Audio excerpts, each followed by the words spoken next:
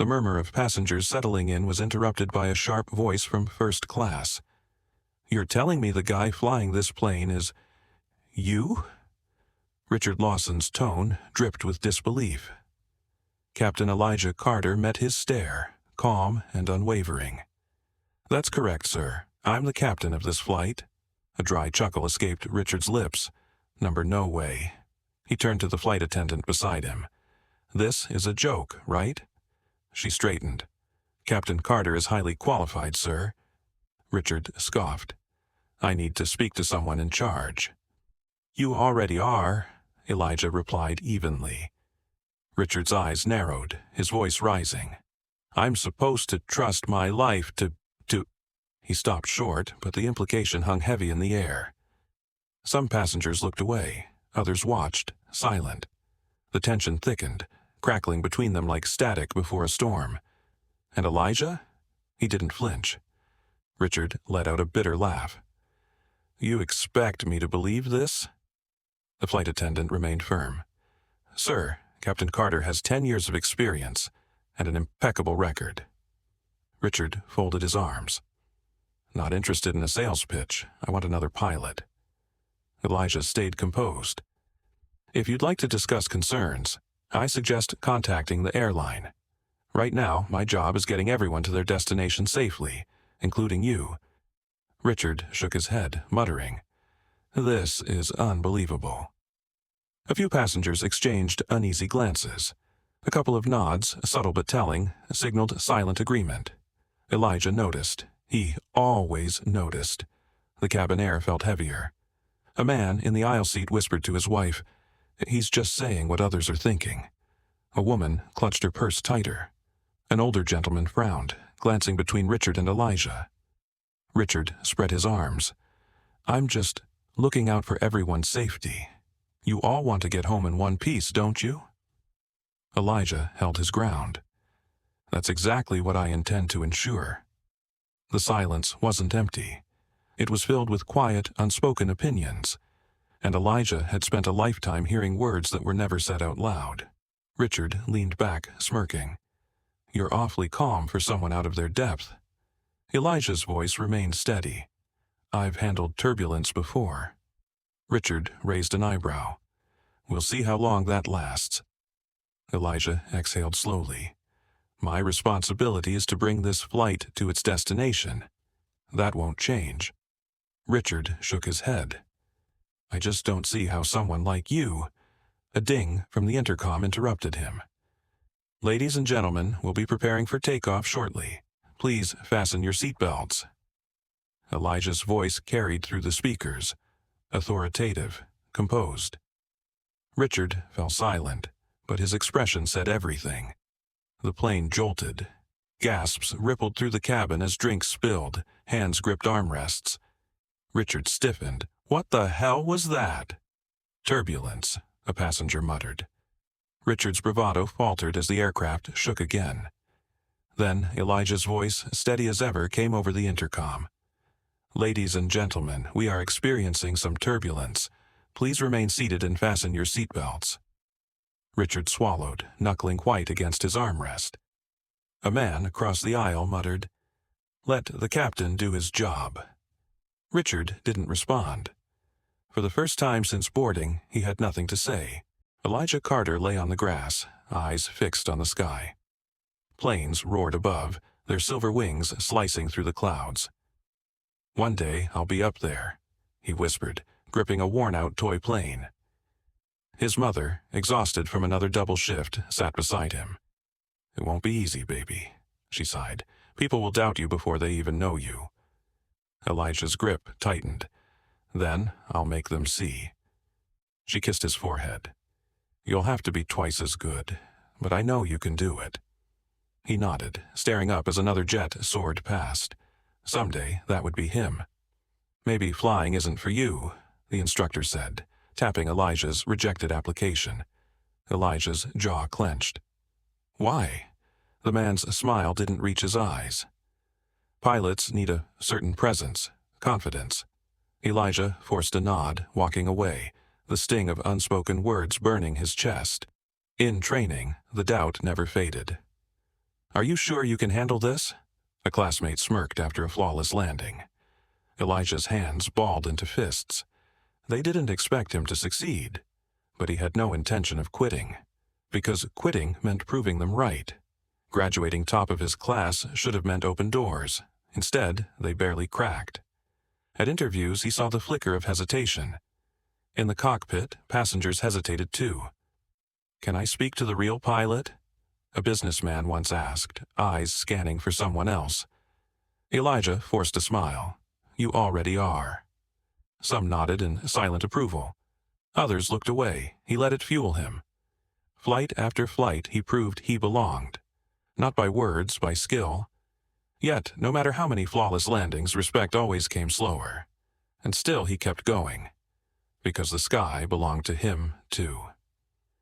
Elijah adjusted his captain's hat, stepping into the cockpit. Another day, another flight. "Good morning, sir," the flight attendant greeted. "Smooth skies ahead." He smiled. "Let's keep it that way." Then Richard Lawson boarded. Elijah barely noticed, until the man's voice cut through the cabin. "You're telling me the guy flying this plane is you?" Elijah turned, meeting Richard's glare.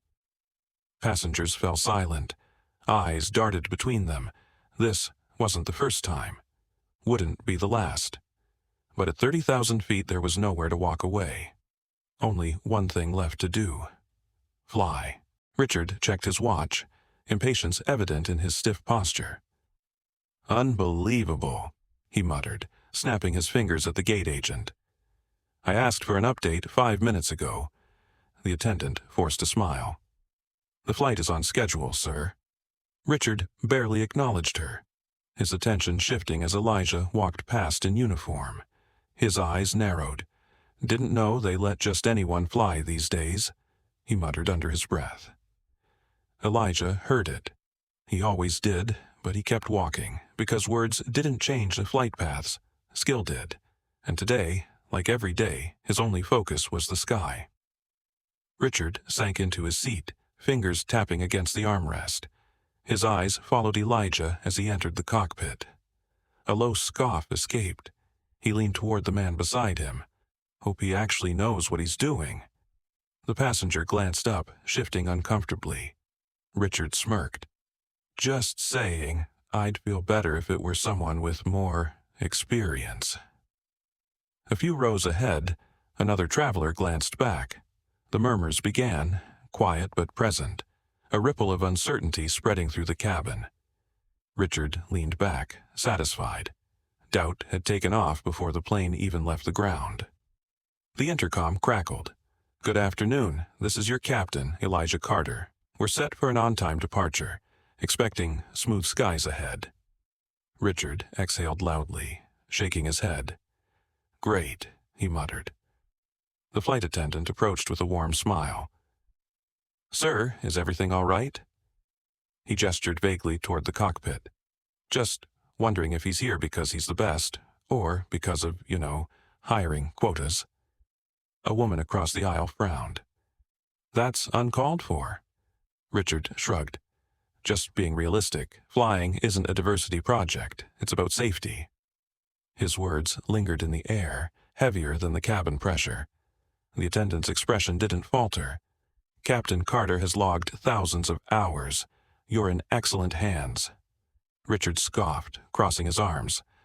"Affirmative action, I guess." The attendant's smile didn't waver. "No, sir, just skill." Elijah finished his final checks, hands steady, mind focused.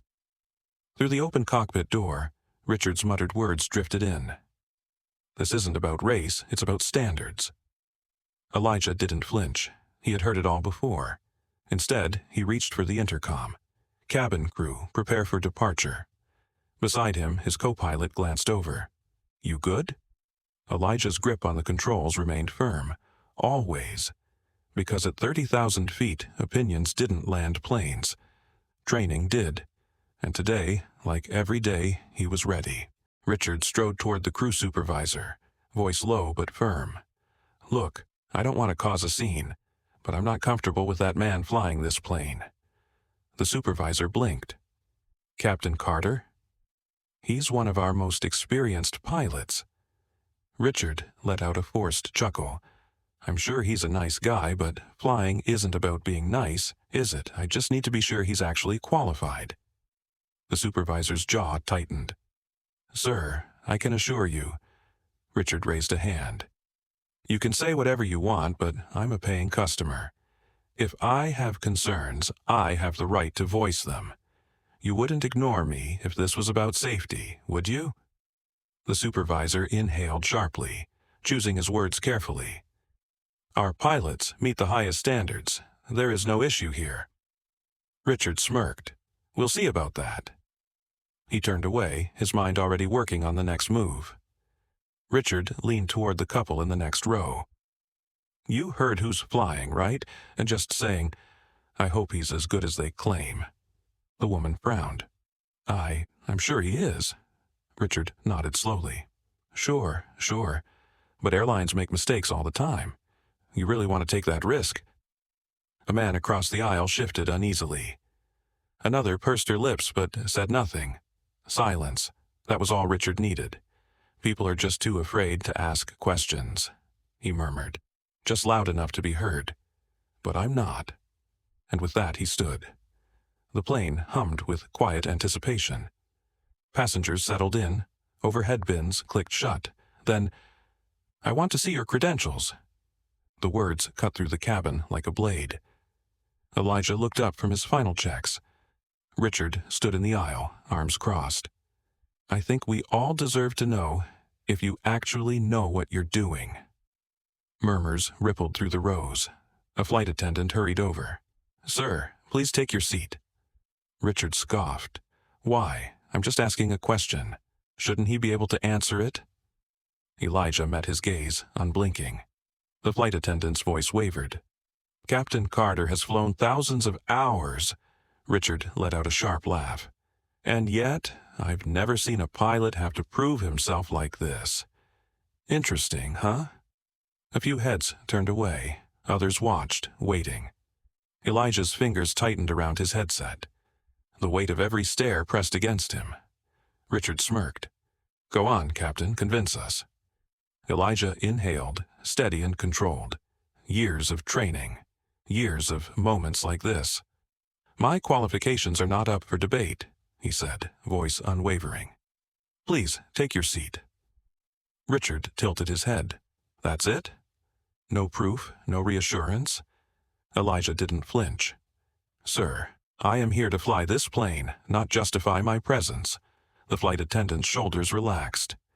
A woman in row 12 nodded slightly, but Richard only smirked.